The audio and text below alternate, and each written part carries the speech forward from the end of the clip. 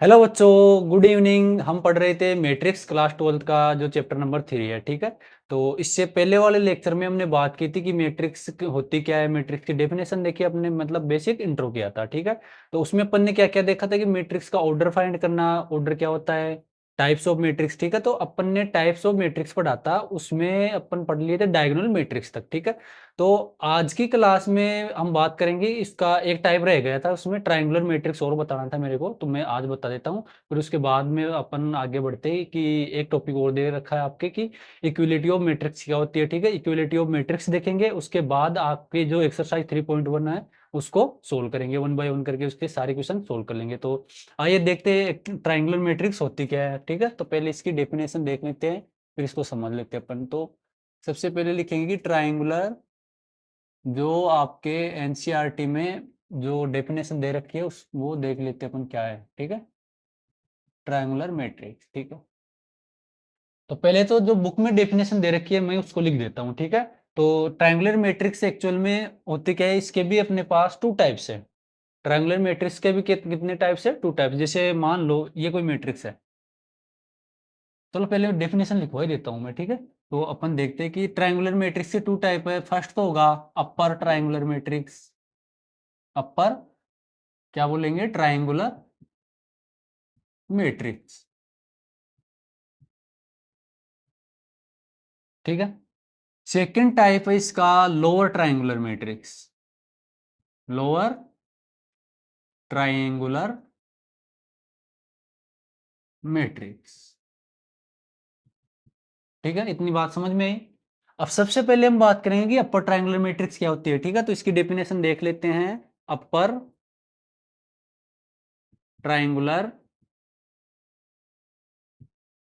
Matrix.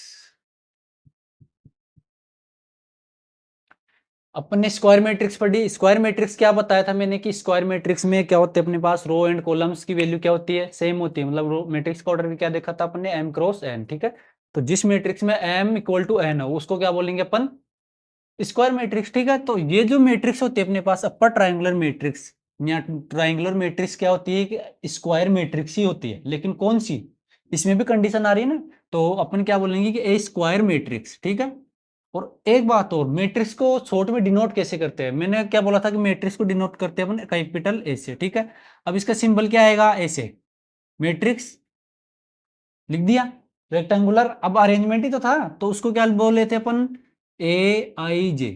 ये ए i जे क्या था, एलिमेंट्स की पोजीशन। जब जब यहाँ पर जो जो वैल्यू आएगी आई और जे की, वहां से उसकी एलिमेंट्स की क्या पर, अब वहां से मैट्रिक्स के अंदर उस एलिमेंट की पोजीशन कौन सी है वो पता लग रहा है। ठीक है, तो ए आई जे क्या है, एलिमेंट्स की पोजीशन इन मैट्रिक्स। ठीक है, और यहाँ पर अपन ले रहे हैं स्क्वायर मैट्रिक्स। जनरली कैसे डिनोट करेंगे, एम क्रॉस एन। ठीक है, जब अपन यहाँ पर स्क्वायर मैट्रिक्स की बात कर रहे हैं तो एम और एन को, एम इक्वल टू क्या हो जाएगा, एन, तो मैं एम की जगह क्या लिख सकता हूँ, एन लिख सकता हूँ। ठीक है, इतनी बात समझ में आई। तो मैट्रिक्स, इसका मीनिंग क्या है कि ये कोई मैट्रिक्स है और ये ए आई जी क्या है, एलिमेंट है। ठीक है, इतनी बात समझ में आई। तो अपन लिख रहे हैं कि अपने पास कोई स्क्वायर मैट्रिक्स है। ठीक है, ए स्क्वायर मैट्रिक्स क्या है, square matrix. A square matrix है जिसको क्या ले रहे हैं अपन, a equal to a i j n cross n, in which, in which a i j is equal to zero. कब होंगे, when i is greater than zero. ठीक है, इसका मीनिंग क्या है, देट इज, ये जो लिखा अपन ने, a square matrix a is equal to a i j n cross n in which, ऐसी कोई मैट्रिक्स है जिसके अंदर a i j zero. A i j zero का मीनिंग क्या है कि ये एलिमेंट्स क्या होंगे, जीरो होंगे, जीरो के इक्वल होंगे। कब, जब आई की वैल्यू क्या हो, greater than zero. That is, इसका मीनिंग ओवरऑल, इसका कहने का मतलब क्या है कि अपने पास जो मैट्रिक्स है, मैंने क्या बोला था, मैट्रिक्स में डायगोनल होता है। ठीक है, प्रिंसिपल डायगोनल या लीडिंग डायगोनल बताया था मैंने। उस लीडिंग डायगोनल के जो बिलो वाले एलिमेंट है, ठीक है, नीचे वाले एलिमेंट है, सारे क्या होंगे, जीरो होंगे। मतलब क्या होगा, that is all elements below leading diagonal are zero is called be a upper triangular matrix, upper triangular matrix. ठीक है, इसका कहने का मीनिंग क्या हुआ कि ऐसी मैट्रिक्स जिसमें लीडिंग डायगोनल आ रहा है अपने पास, उसके नीचे जितने भी एलिमेंट्स आ रहे हैं उन सब एलिमेंट्स की वैल्यू क्या हो रही है अपने पास, जीरो हो जाए, तो उस मैट्रिक्स को क्या बोलेंगे, अपर triangular matrix. For example upon example ले, जैसे मान लो मैं एग्जांपल ले रहा हूँ 3x3 मैट्रिक्स, स्क्वायर मैट्रिक्स लेनी है ना, तो मैंने लिए एग्जांपल ये लो 1 2 3।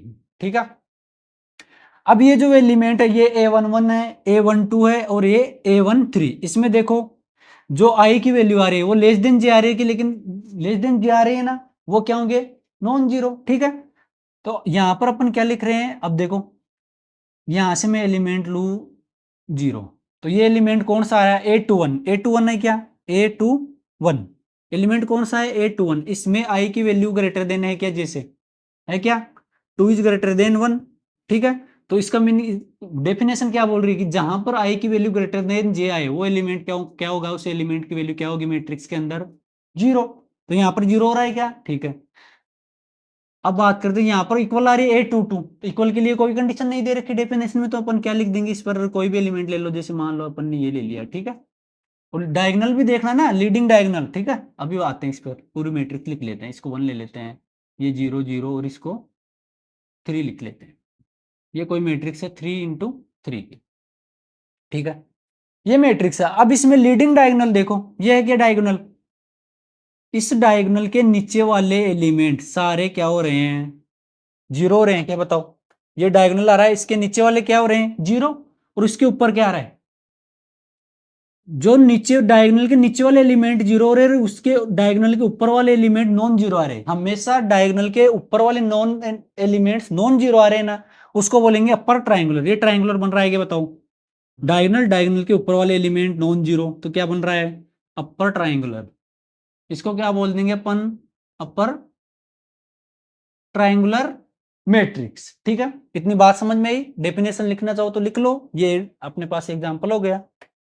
अब सेम एज इट इज अपन बात कर रहे हैं किसकी, कि अपने पास जो भी है ये क्या आ रही है, लोअर, मैंने क्या बताया था, एक और आ रही है अपने पास lower triangular matrix. Lower triangular matrix आ रही है ना, लोअर ट्राइंगुलर मैट्रिक्स में क्या होगा, जस्ट इसका अपोजिट। लोअर ट्राइंगुलर मैट्रिक्स में क्या हो जाएगा, ये जो आई है इसकी वैल्यू क्या हो जाएगी, लेस देन जे। ठीक है, और क्या आएगी, that is all elements below. ठीक है, अब इसमें क्या आ जाएगा, बिलो की जगह क्या हो जाएगा, अबव। अपन क्या कर देंगे, बिलो की जगह अबव कर देते हैं, यहां पर क्या लिख देंगे, लोअर। ठीक है, सेकंड पे बात करें अपन, lower triangular matrix, all elements about leading diagonal are zero is called be a lower triangular matrix. ठीक है, क्या लिख देंगे, लोअर ट्राइंगुलर मैट्रिक्स। अब मैं एग्जांपल लूं कि इसका कहने का मतलब क्या है, अपने पास लोअर ट्राइंगुलर मैट्रिक्स किसको बोलोगे आप, ऐसी मैट्रिक्स जिसमें लीडिंग डायगोनल एलिमेंट्स आ रहे हैं। लीडिंग जो प्रिंसिपल डायगोनल आ रहा है ना, डायगोनल के ऊपर वाले सारे एलिमेंट जीरो और नीचे वाले नॉन जीरो। मतलब ट्राइंगल कौन सी साइड बन रहा है, डायगोनल के नीचे साइड बन रहा है ट्राइंगल, तो लोअर ट्राइंगुलर। डायगोनल के ऊपर ट्राइंगल बन रहा है तो उसको क्या बोलेंगे, अपर ट्राइंगुलर। और ट्राइंगल के कैसे मानेंगे, नॉन जीरो एलिमेंट होने चाहिए अपने पास।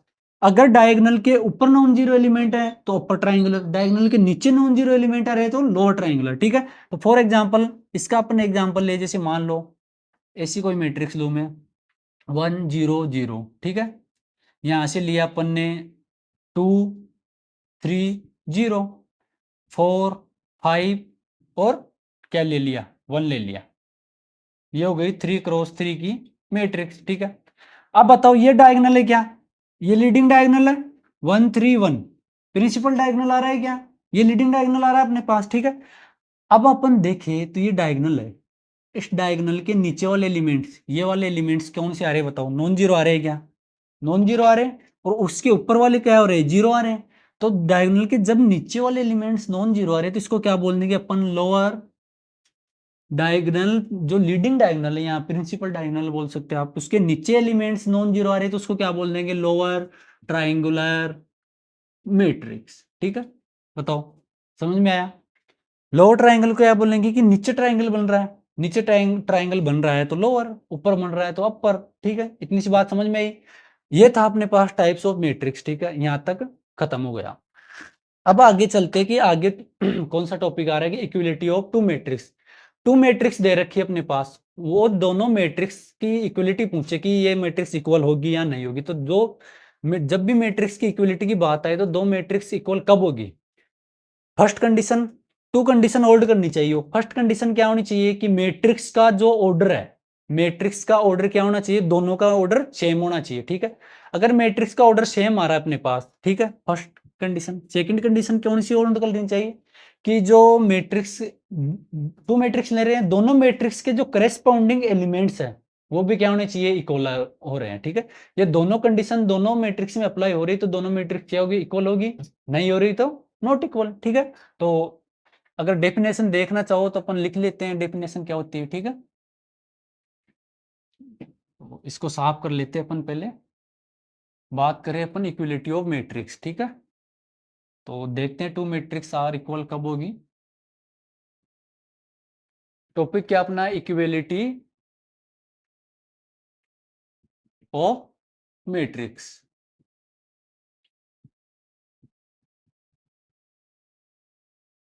तो अपन डेफिनेशन लिखना चाहे इसकी तो क्या लिख सकते हैं कि टू मैट्रिक्स, कौन कौन सी मैट्रिक्स ले रहे हैं अपन, टू मैट्रिक्स, एक ले लेते ए और सेकंड मैट्रिक्स ले लेते बी, ठीक है। तो एक को मैं ले रहा हूं ए इक्वल टू ए आई जे, ठीक है। ऑर्डर होगा उसका एम क्रॉस एन, ठीक है। एंड अगली मैट्रिक्स कौन सी है, B is equal to small b i j. मैंने क्या बोला था, मैट्रिक्स के अंदर एलिमेंट्स जो होते हैं उनको स्मॉल लेटर से डिनोट करते हैं और मैट्रिक्स को कैपिटल लेटर से डिनोट करते हैं, ठीक है। तो यहां पर अपने बी लिया तो अंदर क्या आएगा, स्मॉल बी, ठीक है। आर इक्वल इफ, ये दोनों मैट्रिक्स इक्वल कब होगी, फर्स्ट। फर्स्ट कंडीशन कौन सी अप्लाई होगी अपने पास की, फर्स्ट अपन क्या देख सकते हैं कि उनका ऑर्डर क्या होना चाहिए, सेम होना चाहिए। तो क्या लिखेंगे, they are of same order. और सेकंड कंडीशन क्या अप्लाई होनी चाहिए, करेस्पॉन्डिंग एलिमेंट्स आर इक्वल, ठीक है। क्या लिख लोगे, करेस्पॉन्डिंग एलिमेंट्स आर इक्वल किसके, बोथ मैट्रिक्स, ठीक है। दोनों मैट्रिक्स के करस्पॉन्डिंग एलिमेंट्स भी इक्वल होने चाहिए और उनके ऑर्डर भी इक्वल होने चाहिए, तब दोनों मैट्रिक्स क्या होंगी, matrix A and matrix B are equal, ठीक है।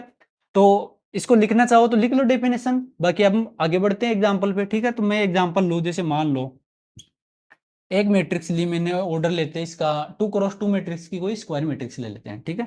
टू क्रॉस टू ऑर्डर की, ठीक है। तो जैसे लिया मैंने 2 3 4 5, ऑर्डर लिया 2 क्रॉस 2 एंड 2 3 4 5, इसका ऑर्डर है 2 क्रॉस 2। अब मेरे को देखना है कि ये दोनों मैट्रिक्स इक्वल होगी या नहीं होगी। तो फर्स्ट कंडीशन मैंने क्या बोला था, सबसे पहले आपको देखना है कि मैट्रिक्स का ऑर्डर क्या होगा, ठीक है। मैट्रिक्स का ऑर्डर देखो, इसका क्या आ रहा है 2 क्रॉस 2, से दूसरी वाली का क्या आ रहा है 2 क्रॉस 2, दोनों मैट्रिक्स का ऑर्डर सेम है, ठीक है। फर्स्ट कंडीशन अप्लाइड, ठीक है। सेकंड कंडीशन क्या थी कि इनके अंदर जो एलिमेंट्स आ रहे हैं, corresponding elements are equal. That means इसका मीनिंग क्या है, इसका मीनिंग ये है कि a i j is equal to b i j होना चाहिए। समझ में आई बात, a i j equal to b i j, मतलब ए आई जे का मीनिंग क्या होगा कि यहाँ का A11 एलिमेंट 2 है तो यहाँ पर भी A11 की जगह क्या होना चाहिए, 2 होना चाहिए। यहाँ पर A12 की जगह 3 है तो यहाँ पर भी A12 की जगह क्या होना चाहिए, 3 होना चाहिए। यहाँ पर A21 की जगह 4 आ रहा है तो यहाँ पर भी A21 की जगह 4 आ रहा है। यहाँ पर A22 की जगह 5 है तो यहाँ पर भी 5 है। तो मतलब ये करस्पॉन्डिंग एलिमेंट्स भी क्या हो रहे हैं, इक्वल हो रहे हैं, क्या बताओ, यहाँ से ये, यहाँ से ये, ऑर्डर सेम है, एलिमेंट्स भी सेम आ रहे तो दोनों मैट्रिक्स क्या होगी, इक्वल होगी, ठीक है। एक और एग्जांपल लेते हैं अपन, एक और एग्जांपल ले, जैसे मान लो ऐसी कोई मैट्रिक्स दे रखी है आपको, ये दे दे 2 3 4 5, 2 क्रॉस 2 ऑर्डर की है, ठीक है। एक दे दे 3 2 5 4, 2 क्रॉस 2, ठीक है। दोनों मैट्रिक्स में देखना है कि इक्वल होगी कि नहीं होगी, ठीक है। अब इसको देखने के लिए क्या करेंगे, मैंने फर्स्ट कंडीशन क्या बताई थी, और आपको क्या देखना है, ऑर्डर देखना है। अगर ऑर्डर सेम आ रहा है तो क्या करेंगे, मैट्रिक ऑर्डर सेम आ रहा है तो उसके बाद क्या देखना है कि करस्पॉन्डिंग एलिमेंट्स की, ये जो एलिमेंट्स है इन दोनों मैट्रिक्स के अंदर, ये दोनों क्या हो रहे हैं, इक्वल हो रहे हैं या नहीं हो रहे। तो फर्स्ट देखते हैं, ऑर्डर देखा अपने 2 क्रॉस 2, 2 क्रॉस 2 सेम है, ठीक है। अब चलते हैं नेक्स्ट सेकंड कंडीशन पर, एलिमेंट्स देखते हैं, A11 का एलिमेंट्स देखते हैं, इसका क्या आ रहा है 2, इसमें A11 कितना आ रहा है बताओ 3, तो Aij is not equal to Bij, Aij ओ इक्वल टू Bij हो रहा है क्या बताओ, 2 इक्वल टू 3 है क्या, not, 2 does not equal to 3, this is not possible, ठीक है। तो अगर अपने पास यहां से करेस्पॉन्डिंग एलिमेंट्स इक्वल नहीं आ रहे, एक भी एलिमेंट्स अनइक्वल हो गया तो मैट्रिक्स दोनों मैट्रिक्स क्या हो गई, अनइक्वल, ठीक है। इतनी बात समझ में आई, इक्वल मैट्रिक्स क्या होती है, ठीक है। मैट्रिक्स के टाइप्स देखा अपन ने, डेफिनेशन देखी, ऑर्डर देखा, इतनी बात समझ में आई। ऑर्डर फाइंड करना भी आ गया अपने को, मैट्रिक्स को जनरेट कैसे करते हैं, कोई भी कंडीशन दे दे मैट्रिक्स बनाना हो तो मैट्रिक्स बना भी सकते हैं अपन, ठीक है। अब आते हैं अपन एक्सरसाइज 3.1 के क्वेश्चंस पर, ठीक है। तो आपके जो बुक में एनसीईआरटी की बुक है एक्सरसाइज 3.1, उसका फर्स्ट क्वेश्चन ही ले लेते हैं अपन, ठीक है। फर्स्ट क्वेश्चन क्या बोल रहा है, क्वेश्चन तो आप बुक में देख सकते हो, मैं डायरेक्ट जो मैट्रिक्स दे रखी है उसको लिखूंगा बोर्ड पे और उसको एक्सप्लेन करता हूं, ठीक है। तो मैट्रिक्स क्या दे रखी है आपको, अपन बात करें एक्सरसाइज 3.1, ठीक है। एक्सरसाइज 3.1 इसका फर्स्ट क्वेश्चन लेते हैं अपन। फर्स्ट क्वेश्चन दे रखा आपकी बुक के अंदर, फर्स्ट क्वेश्चन में मैट्रिक्स दे रखी है कि कोई मैट्रिक्स है, ठीक है। एक कोई मैट्रिक्स दे रखा आपको, इसको अपन लिख लेते हैं। क्या क्या एलिमेंट्स दे रखे हैं मैट्रिक्स के अंदर, 2 5 19, 2 5 19 और क्या दे रखा है, -7, -7, ठीक है। इतनी बात समझ में आई। अगला दे रखा है 35 -2 5/2, 35 -2 5/2 और क्या दे रखा है बच्चों, और दे रखा है 12, ठीक है। अब आगे देखते हैं, आगे और क्या दे रखा है, √3 1 -5, √3 1 -5 और क्या दे रखा है इसके अंदर 17, ठीक है। यहां पर ऑर्डर नहीं लिख रखा इसने, ओनली ये मैट्रिक्स दी है, ठीक है। ये मैट्रिक्स देख के आपसे कुछ क्वेश्चन पूछ रहा है अबाउट दिस मैट्रिक्स, ठीक है। तो कौन फर्स्ट क्वेश्चन क्या है इसका, इसका फर्स्ट क्वेश्चन क्या आ रहा है बताओ। फर्स्ट क्वेश्चन है अपने पास क्या, the order of the matrix, आपको इस मैट्रिक्स का ऑर्डर बताना है। तो बताओ ऐसे काउंट करोगे क्या, ऑर्डर मैंने क्या बताया था कि मैट्रिक्स के अंदर ऑर्डर ऑर्डर ऑफ मैट्रिक्स क्या होता है, order of matrix is equal to m cross n, where m क्या है यहां पर, m is equal to number of rows and n is equal to क्या था, नंबर ऑफ कॉलम्स थे क्या, ठीक है। तो इसका मीनिंग क्या पता चला अपने को कि इसमें क्या देखना है अपने को, m की वैल्यू फाइंड करनी है, n की वैल्यू फाइंड करनी है। m क्या था रो और n क्या था कॉलम। सबसे पहले अपन m की वैल्यू फाइंड करते हैं, तो here m is equal to बताओ m, रो कितनी आ रही इसमें 1 2 एंड 3, 3 रो है क्या, तो रो की वैल्यू कितनी है 3, ठीक है। नेक्स्ट टारगेट अपना n, n क्या है कॉलम, कॉलम देख लो कितने आ रहे 1 2 3 4 कॉलम आ रहे हैं क्या, देखो यहां से C1 C2 C3 और C4, ठीक है। कॉल और रो कितनी आ रही R1, ये R2 और ये R3, मतलब ऑर्डर ऑफ दिस मैट्रिक्स कितना हो गया, m तो 3 आ रही है और n कितना आ रहा है 4, तो ऑर्डर ऑफ दिस मैट्रिक्स कितना हो बताओ, ऑर्डर ऑफ मैट्रिक्स कौन सी है ए इज इक्वल टू कितना हुआ, पहले पहले लिखेंगे अपन रो को फिर लिखेंगे कॉलम को, मतलब m क्रॉस n, m की वैल्यू कितनी है बताओ 3 एंड n की वैल्यू कितनी है 4, तो 3 क्रॉस 4, तो यहाँ पर लिख देंगे अपन 3 cross 4 is this is order of matrix, ठीक है। नेक्स्ट क्वेश्चन देखते हैं अपन, नेक्स्ट क्वेश्चन क्या पूछ रहा है आपसे कि द नंबर ऑफ एलिमेंट्स, ठीक है। तो नंबर ऑफ एलिमेंट्स मैंने क्या बताया था कि डायरेक्ट आप देख सकते हो, यहां पर लिख सकता हूं मैं इसको। ये क्वेश्चन समझ में आया, इसको हटा देता हूं मैं, ठीक है। नंबर ऑफ एलिमेंट्स पूछ रहा है कि इस मैट्रिक्स से, जैसे मान लो ये इस मैट्रिक्स में तो अपन काउंट कर सकते हैं, कोई बड़ी मैट्रिक्स दे दे जिसमें अपन डायरेक्ट काउंट नहीं कर सकते एलिमेंट्स को, जैसे इसमें तो काउंट कर लिया अपन ने 1 2 3 4 5 6 7 8 9 10 11 12, ठीक है। कि इस मैट्रिक्स में अपन ने काउंट करके देख लिया कि इसके अंदर कितने एलिमेंट्स आ रहे हैं, 12 एलिमेंट्स आ रहे हैं, ठीक है। अब मैंने डायरेक्ट क्या बताया था कि नंबर ऑफ एलिमेंट्स, जब भी टोटल एलिमेंट्स की बात आए तो अपन क्या कर सकते हैं, एलिमेंट्स ऑफ मैट्रिक्स। अपने को ऑर्डर पता है मैट्रिक्स का, अपने को मैट्रिक्स का ऑर्डर पता है, तो अपन डायरेक्ट क्या लिख देंगे, m इंटू एन। अब यहां से m की वैल्यू 3 है, n की वैल्यू 4 है, तो अपन क्या लिख देंगे 3 इंटू 4 कितना हुआ 12। तो टोटल नंबर ऑफ एलिमेंट्स कितने आए मैट्रिक्स में, 12। सेकंड क्वेश्चन सोल्व, ठीक है। लिखना चाहो लिख लेना पॉज करके, ठीक है। हटा देता हूं मैं। अब थर्ड क्वेश्चन क्या पूछ रहा है इसका, इसी में थर्ड क्वेश्चन और पूछ रहा है आपसे, इसका थर्ड क्वेश्चन पूछ रहा है कि आपको राइट द एलिमेंट्स, पूछ रहा है कि एलिमेंट्स कौन, एक मिनट देख बुक ले लेता हूं। इसमें एलिमेंट्स पूछ रहा है आपसे कि कौन कौन से एलिमेंट्स लिखवा रहा है, राइट एलिमेंट्स कौन कौन से पूछ रहा है, A13 coma A21 coma A33 coma A24 coma A23, इतने एलिमेंट्स पूछ रहा है आपसे, ठीक है। तो एलिमेंट्स कैसे देखते हैं, एलिमेंट्स की पोजीशन कैसे देखते हैं, मैंने आपको पहले वाले वीडियो में जब अपन इंट्रो कर रहे थे मैट्रिक्स का, उसमें आराम से इजीली बताया, ठीक है। तो वापस से देखते हैं अपन, ये क्या था, ए आई जे है क्या, ठीक है। ये आई की वैल्यू बता रही है कि, ये तो बता रही है रो को और ये बता रही है कॉलम को, ठीक है। तो ये जो A13 है, A13 का मीनिंग क्या है कि रो फर्स्ट और कॉलम कौन सा लेना आपको, 3।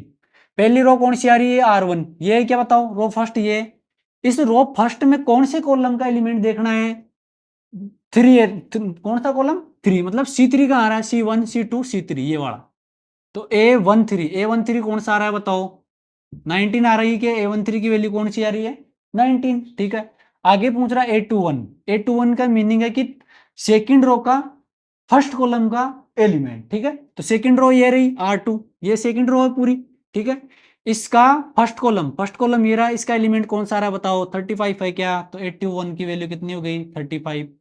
ऐसे ही बात करें अपन A33 की, इसका मीनिंग क्या है कि A3 का मीनिंग, ये तो रो है और ये कॉलम है, थर्ड रो का थर्ड कॉलम का एलिमेंट, ठीक है। थर्ड रो कौन सी है, ये वाली, ये थर्ड रो है, इस थर्ड रो के अंदर थर्ड कॉलम कौन सा है, ये क्या, इसके अंदर एलिमेंट कौन सा आ रहा है बताओ, -5 आ रहा है क्या, -5 आ रहा है, तो मैं यहाँ लिख दूंगा A33 की वैल्यू कितनी हो गई बताओ बच्चों, -5। इतनी बात समझ में आई क्या, ठीक है। जिस ऐसे मान लो ये मैट्रिक्स ऐसी है, आपका कोई क्लासरूम है, क्लासरूम में अपन सब टीचर भी है स्टूडेंट्स भी है बैठे हैं, ठीक है। तो मैं सामने से किसी बच्चे को बुलाऊं कि फर्स्ट रो का सेकंड रो से फर्स्ट कॉलम में जो स्टूडेंट बैठा है वो खड़ा हो जाए, ये उसका नाम नहीं पता हो मेरे को, ठीक है। तो उसको डायरेक्ट खड़ा करूंगा, फिर उससे अपन क्या कर सकते हैं, उसका नाम पूछ सकते हैं, उस वहां से क्या पता चल रही है अपने को, रो एंड कॉलम से उस बच्चे की क्या पता चल रही है अपने को, जो बैठा है जिस जगह पे बैठा है, ठीक है, उसकी पोजीशन पता चल रही है ना, कि यहाँ पर ये एलिमेंट एग्जिस्ट कर रहा है, या यहाँ पर इसकी कौन सी है सिटिंग पोजीशन है, ठीक है। तो अपन क्या कर रहे हैं, अरेंजमेंट ही तो कर रहे हैं ना। तो ये भी जो है मैट्रिक्स, इसमें ये जो एलिमेंट्स है, जो नंबर्स दे रखे हैं, इन नंबर्स को अपन ने क्या कर रखा है, रो एंड कॉलम्स में, ठीक है। रो एंड कॉलम्स में अपन ने क्या कर रखा है, अरेंज कर रखा है, ठीक है। इन सबका क्या कर रखा है, अरेंजमेंट कर रखा है, ठीक है। जैसे अगला क्वेश्चन है A24, अपने को कौन सा एलिमेंट की पोजीशन बतानी है, आपको कौन सा एलिमेंट फाइंड करवा रहा है, A24। इसका मीनिंग क्या है कि सेकंड रो का फोर्थ कॉलम का एलिमेंट, ठीक है। सेकंड रो कौन सी है, ये क्या, सेकंड रो का फोर्थ कॉलम ये वाला है, सेकंड रो और फोर्थ कॉलम का एलिमेंट कौन सा आ रहा है, 12। तो इसको क्या लिख देंगे अपन, 12, ठीक है। अगला पूछ रहा है कि A23, मतलब A23 का मीनिंग क्या है, सेकंड रो का थर्ड कॉलम का एलिमेंट, सेकंड रो ये है, थर्ड कॉलम ये है, इसका एलिमेंट कौन सा है बताओ, 5/2, ठीक है। फर्स्ट क्वेश्चन सोल्व, समझ में आया, ठीक है। समझ में नहीं आया तो वीडियो को रिपीट करके देखो या कमेंट में पूछ सकते हो, ठीक है। अब बात करते हैं अपन अगला क्वेश्चन जो आपकी बुक में दे रखा है, इसका इसी एक्सरसाइज का सेकंड क्वेश्चन, ठीक है। सारे क्वेश्चन सोल्व करेंगे अपन वन बाय वन। तो सेकंड क्वेश्चन पे चलते हैं अपन। सेकंड क्वेश्चन में क्या दे रखा है आपको? सेकंड क्वेश्चन में आपको दे रखा है नंबर ऑफ एलिमेंट्स, ठीक है। क्या दे रखा है? नंबर ऑफ एलिमेंट्स दे रखे कि जैसे मान लो आपसे बोल रहे हैं कि if A matrix has 24 elements, ठीक है। तो इस मैट्रिक्स का ऑर्डर क्या क्या हो सकता है? पॉसिबल ऑर्डर पूछ रहा है कि आपको ये नहीं पता कि मैट्रिक्स का ऑर्डर क्या है, आपको डायरेक्ट दे रखा है। क्वेश्चन नंबर सेकंड में क्या दे रखा है? Direct total number of elements they रखे जैसे आपको बोले कि कोई क्लास है उसमें 24 स्टूडेंट्स है, ठीक है। अब उन स्टूडेंट्स को आप किस किस ऑर्डर में अरेंज कर सकते हो, उनकी सिटिंग अरेंजमेंट को देखना है कि आप किस किस ऑर्डर में किसको कितने बच्चों को कितने रो एंड कॉलम में डिवाइड करके आप उनकी सिटिंग को अरेंज कर सकते हो, ठीक है। क्लास में उनकी बैठने की जो भी व्यवस्था है उसको देख सकते हो। तो वो ही पूछ रहा है आपसे कि एक कोई मैट्रिक्स है उसमें total number of elements they रखे हैं। नंबर ऑफ एलिमेंट्स कितने दे रखे हैं आपको? 24। नंबर ऑफ एलिमेंट्स कितने हैं? 24, ठीक है। अब अपने से पूछ रहे हैं कि इस मैट्रिक्स के जो नंबर्स है टोटल एलिमेंट्स कितने इसमें? 24। इस मैट्रिक्स के पॉसिबल ऑर्डर क्या क्या हो सकते हैं, ठीक है। तो मैंने क्या बोला था कि ऑर्डर क्या होता है? ऑर्डर ऑफ मैट्रिक्स क्या होता है? ऑर्डर ऑफ मैट्रिक्स क्या बताया था मैंने? एम इंटू या एम क्रॉस एन, ठीक है। और नंबर ऑफ एलिमेंट्स क्या बताए थे मैंने? इनका मल्टीप्लीकेशन। नंबर ऑफ एलिमेंट्स क्या थे? एम एन, यही था। जब इनको फैक्टराइज में लिखेंगे, मतलब फैक्टर की फॉर्म में लिखेंगे तब तो आएगा ऑर्डर। और जब इनको मल्टीप्लाई कर देंगे और जो रिजल्ट आ रहा है उसको बोलेंगे total number of elements in matrix, ठीक है। इतनी बात समझ में आई? तो यहां से अपने को ये दे रखा है और ये फाइंड करवा रहा है। तो इसका मीनिंग क्या हुआ कि ये जो है इसके अपन 24 है, इस 24 के क्या लिख सकते हैं? Possible factor. इसके क्या क्या फैक्टर्स हो सकते हैं, ठीक है। तो इसके पॉसिबल ऑर्डर कौन कौन से होते हैं अपन इसके फैक्टर करके देख सकते हैं। तो 24 को मैं लिख सकता हूँ, एक तो 1 इंटू 24। एक ऑर्डर तो क्या होगा मैट्रिक्स का ये। इसका मीनिंग क्या हुआ? 1 इंटू 24 का मीनिंग क्या हुआ कि एम की वैल्यू तो कितनी आ रही है बताओ? 1। और एन की वैल्यू कितनी आ रही है? 24। मतलब 1 क्रॉस 24, मतलब वन रो है मैट्रिक्स के अंदर। रो की टोटल नंबर ऑफ रोज कितने हैं? 1। और कॉलम कितने आ रहे हैं? 24। या फिर और क्या लिख सकता हूँ? 24 इंटू 1। जब मल्टीप्लाई करोगे तो 24 ही रहेगा, मल्टीप्लाई करोगे 24 ही आएगा। अब इसका मीनिंग क्या होगा कि अपने पास रो तो कितनी है? 24। कॉलम कितने हैं? 1, ठीक है। इतनी बात समझ में आई? अगले क्वेश्चन पे चलते हैं। अगला जो इसका फैक्टर हो सकता है वो क्या क्या हो सकता है? 2 इंटू 12। जब इन दोनों को मल्टीप्लाई करेंगे अपन तब क्या मिल रहा है? 24 ही मिल रहा है क्या? तो इसको क्या लिख सकता हूं मैं? ऐसा डिवाइड, इसको ऐसा फैक्टराइज कर सकते हैं अपन, ठीक है। इसका मीनिंग क्या होगा कि अपने पास मैट्रिक्स में रो कितनी है? 2। और कॉलम कितने होंगे? 12, ठीक है। अब इसी को यहाँ, इसको यहाँ ले आऊं, इसको यहाँ ले जाएं। अपन ऐसा क्यों कर रहे हैं इसका? अभी देखते हैं। क्योंकि यहां पर तो 2, जब अपन ने ऐसा लिखा 2 इंटू 12 लिखा तो यहाँ पर रो कितनी थी? 2। कॉलम कितनी थी? 12। जब इन दोनों को मैं आगे पीछे कर दूंगा तो रो और कॉलम में क्या हो जाएगा? चेंज हो जाएगा। यहाँ पर देखो, इसको ऐसे लिख दूं 12 इंटू 2, 12 क्रॉस 2। तो यहाँ पर देखो, अभी रो 2 थी यहाँ पर मैट्रिक्स में, अब रो कितनी होगी? 12। यहाँ पर रो कॉलम कितनी थी? 12। अभी देखो कॉलम कितने हो गए? 2 हो गए क्या? रो इंटू कॉलम ही तो था ऑर्डर ऑफ मैट्रिक्स, ठीक है। और क्या लिख सकते हैं अपन? 3 इंटू 8 लिख सकता हूं क्या? लिख सकते हैं। दोनों को मल्टीप्लाई करोगे 3 मल्टीप्लाई बाई 8 कितना होगा? 24 ही हो रहा है, ठीक है। अब इसका मीनिंग क्या होगा? अपने पास रो कितनी है? 3। और कॉलम कितनी आ रही है? 8, ठीक है। और क्या लिख सकते हैं अपन? इसको इन दोनों को आगे पीछे कर दो, ऐसे करते जाओ। 8 इंटू 3, 8 इंटू 3। यहां से इसका मीनिंग भी क्या हुआ? 24। अब यहाँ पर रो कितनी आ रही है? 8। और कॉलम कितनी आ रही है बताओ? 3 आ रहे हैं। यहाँ पर रो कितनी हो जाएगी? 8। और कॉलम कितने हो जाएंगे? 3, ठीक है। इतनी बात समझ में आई? अब देखो और क्या फैक्टर हो सकते हैं इसके? और क्या हो सकते हैं? अपन ले 4 इंटू 6। जब इन दोनों को मल्टीप्लाई कर रहे हैं तब भी 24, ठीक है। या इन दोनों को आगे पीछे कर दो, 6 इंटू 4, ठीक है। और हो सकते हैं, और पॉसिबल फैक्टर हो सकते हैं कि 24 के। आई थिंक इतने ही कर पाएंगे अपन। तो ये सारे जो है इस मैट्रिक्स के, जो अपने को टोटल नंबर ऑफ एलिमेंट दिए ना, इसने 24 एलिमेंट दे दिए। अब पूछ रहा है अपने से कि इतने नंबर में अपन इस जो भी अपन नंबर्स का अरेंजमेंट करेंगे उनको किस किस टाइप से किस किस ऑर्डर में अपन अरेंज कर सकते हैं। तो ये क्या हो गए, ये सारे इस मैट्रिक्स की क्या हो गए, पॉसिबल ऑर्डर्स हो गए। ठीक है, तो इसको आप ऐसा लिख सकते हो। ठीक है, अब इसी में एक क्वेश्चन और पूछ रहा है आगे कि मान लो उस मैट्रिक्स में टोटल नंबर ऑफ एलिमेंट्स, क्या बोल रहा है कि अपन अज्यूम करें कि नंबर ऑफ एलिमेंट्स कितने हैं, यहां पर कितने हो गए नंबर ऑफ एलिमेंट्स 13। जब नंबर ऑफ एलिमेंट्स 13 है तब पूछ रहा है कि इस मैट्रिक्स के पॉसिबल ऑर्डर्स क्या क्या हो सकते हैं। ठीक है, तो सिंपल वही बात क्या करेंगे, 13 का फैक्टर करेंगे, और 13 के फैक्टर क्या क्या हो सकते हैं, या तो 1 इंटू 3 हो सकता है, या मतलब 3 क्या 13 सॉरी, ठीक है, या 13 इंटू 1 हो सकता है, ये दो ही हो सकते हैं इनके फैक्टर। ठीक है, तो इसके जो जब अपने पास नंबर ऑफ एलिमेंट्स 13 हो गए तो मैट्रिक्स का पॉसिबल ऑर्डर भी क्या हो जाएगा, 1 इंटू 3 या 3 इंटू 3 क्या सॉरी 3 क्या 13, 1 इंटू 13 या 13 इंटू 1। ठीक है, इतनी बात समझ में आई। तो आई थिंक वीडियो लंबा हो रहा है, तो आज की क्लास में अपन जो मैट्रिक्स है इसकी 13 एक्सरसाइज 13 क्या 3.1 है। ठीक है, इसके अपन ने 2 क्वेश्चंस किए, 2 क्वेश्चंस, दोनों क्वेश्चंस आपको अच्छे से समझ में आया होगा आई होप। ठीक है, अगर नहीं आए तो आपको कोई भी डाउट हो आप कमेंट में पूछ सकते हो। ठीक है, अब नेक्स्ट क्लास में अपन इसी चैप्टर को आगे लेके चलेंगे और जो एक्सरसाइज के जितने भी क्वेश्चन बच रहे हैं उनको सबको सोल्व करेंगे। ठीक है, तो आज के लिए इतना ही। ठीक है, धन्यवाद।